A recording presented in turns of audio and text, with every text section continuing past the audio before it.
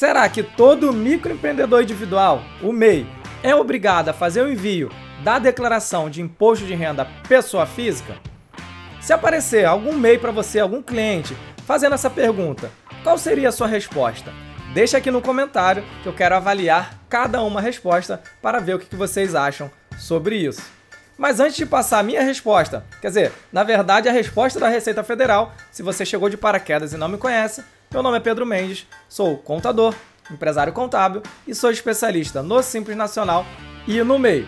E você que está aqui nesse vídeo, tá, e quiser ajudar mais o canal e ganhar benefícios exclusivos, como por exemplo, aulas exclusivas dos meus cursos do Simples Nacional, curso do MEI, material exclusivo que eu utilizo no meu escritório de contabilidade, como planilhas, modelos de contratos, alterações sociais, de extrato, tudo isso.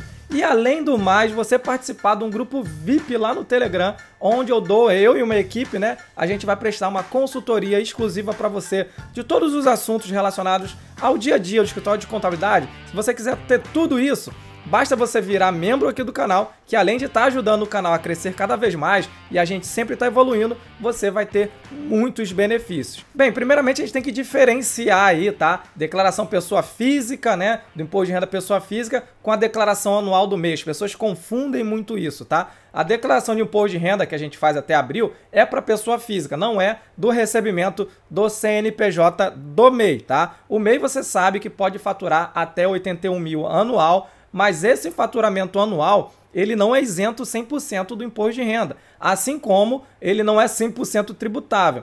A Receita Federal, o que ela fez? Ela dividiu em dois momentos aí, tá? Antes de eu mostrar as duas possibilidades que a Receita Federal dá pra gente avaliar qual é o lucro realmente do MEI que é isento de imposto de renda, queria deixar bem claro aqui que eu só vou avaliar, tá? Se essa pessoa é obrigada ou não a enviar a declaração de imposto de renda pessoa física, tá? Somente sobre o fato dele ser MEI. Porque a declaração de imposto de renda a gente é obrigado por outros motivos. Por exemplo, se tiver bens acima de tantos reais, se o MEI tiver outros rendimentos, os rendimentos vão ser somados. Eu não vou avaliar isso daí, tá? Vou avaliar só o fato da pessoa ser MEI, tá legal? Então, a Receita Federal ela te dá dois jeitos aí, dois modos da gente avaliar o lucro isento do MEI e saber se o MEI ele vai ser obrigado ou não a enviar a declaração de imposto de renda. A primeira é quando o MEI não tem contabilidade, tá? A gente pega o faturamento do MEI, que o MEI pode faturar anualmente 81 mil reais, e a Receita ela dá um percentual de presunção de lucro.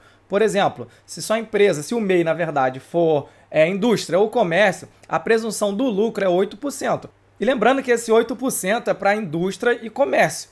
32% é para serviço. Então, dependendo da atividade do seu MEI, você vai pegar essa presunção de acordo com o percentual. Se o MEI tiver as duas atividades, você vai segregar. Quanto que foi da atividade de comércio? Ah, isso aqui, 30 mil de faturamento foi atividade de comércio. Você vai fazer a presunção em cima desses 30 mil. Ah, Pedro, 40 mil foi só de serviço. Beleza, segrega 30 mil para comércio, 8%.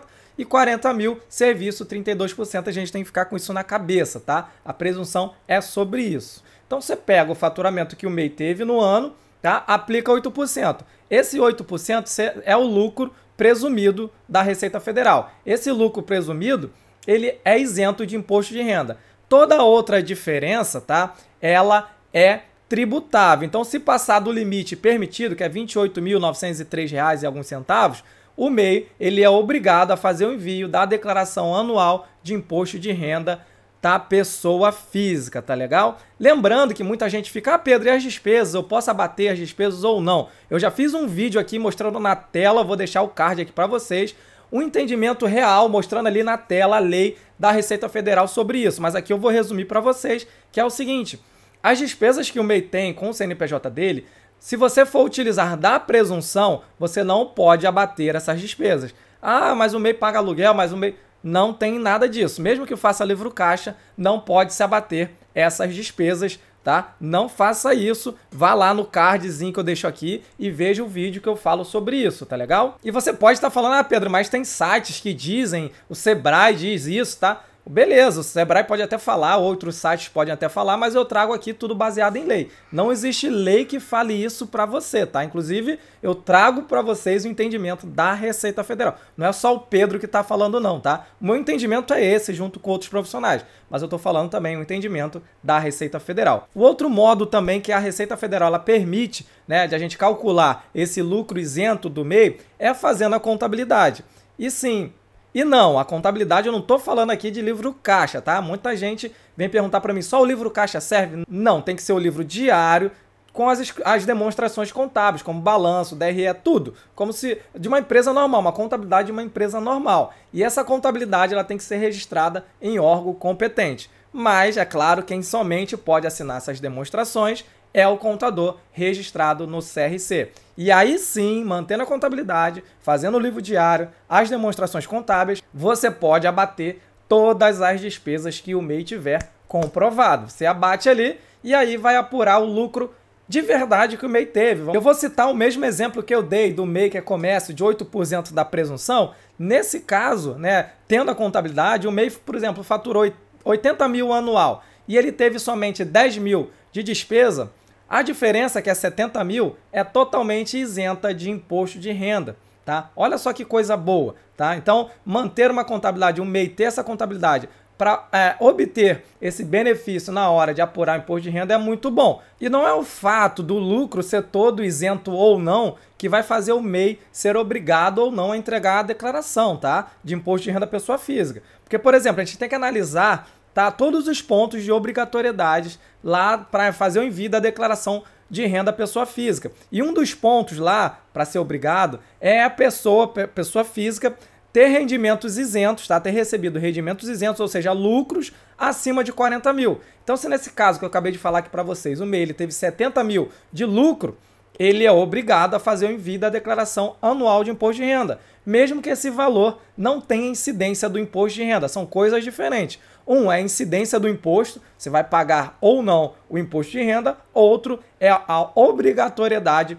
de fazer o envio da declaração. Então temos que ficar atento a isso, tem que fazer um planejamento tributário, fazer um planejamento individual para cada MEI, analisar outros fatores. O que eu falei aqui é somente do recebimento que ele teve pelo MEI, mas ele pode ter outro rendimento, tá? Pode trabalhar de carteira assinada, pode ter bens. Então são vários fatores que a gente tem que analisar na hora de fazer a entrega da declaração anual de imposto de renda pessoa física, tá? A única parte tributável, tá? Por mais que o MEI já pague a guiazinha lá de 50, 60 reais mensais, quando fizer a declaração anual de imposto de renda, e se tiver um rendimento tributável, normalmente tem muito alto quando a gente faz a presunção do lucro só de 8% aí, por exemplo, e aí o MEI vai ter que, na declaração de imposto de renda, vai sair um DARFzinho do imposto para ele pagar, dependendo do valor aí, tá legal? Então, espero que vocês tenham aprendido e tenham gostado desse vídeo. Vamos deixar aquele like para ajudar o canal, para o YouTube entender que você gostou e divulgar para mais gente, para o canal crescer. E assim, a grande maioria que assiste esses vídeos não são inscritos aqui no canal.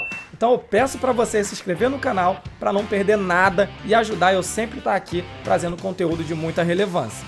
Meu nome é Pedro Mendes e esse daqui é o Descomplicando o Simples.